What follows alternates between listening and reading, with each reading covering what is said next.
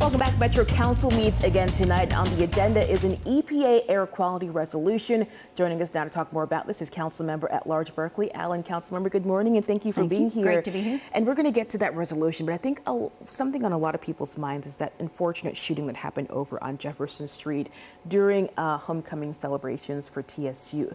As a community leader, what was kind of going through your mind when you saw something like just that? Surprise and sadness. I had been part of the parade earlier in the day, and it was such a happy time. People just, gathering and enjoying, being excited about the institution that TSU is and the importance it is to that neighborhood. So, so much other good things were happening that day. It's just unfortunate that that's the thing that stands out. Why do you think it was so surprising to you to see something like that? I mean, there really had been a lot of security around, at least earlier in the day when the parade was happening.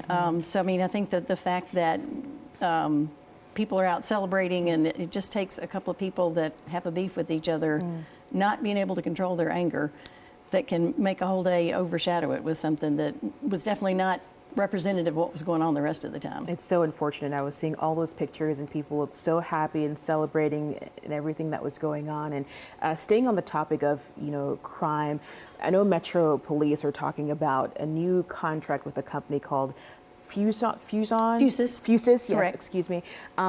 Tell me what you think about this contract and how they're going to be using these surveillance cameras to help fight crime. So this actually is a continuation of a contract. They had put it in place, and the council asked just to slow down and allow more time for public input and to create an official policy. So they have gone back and written policy, which I think is a good thing to have in place before you continue with that. It allows Metro to sign people, entities up who are interested in allowing their cameras to be accessed if there's a crime going on or a crime has happened in the past and the police need to gather information about that. It's totally voluntary and it's only activated when there's a crime that needs to be investigated.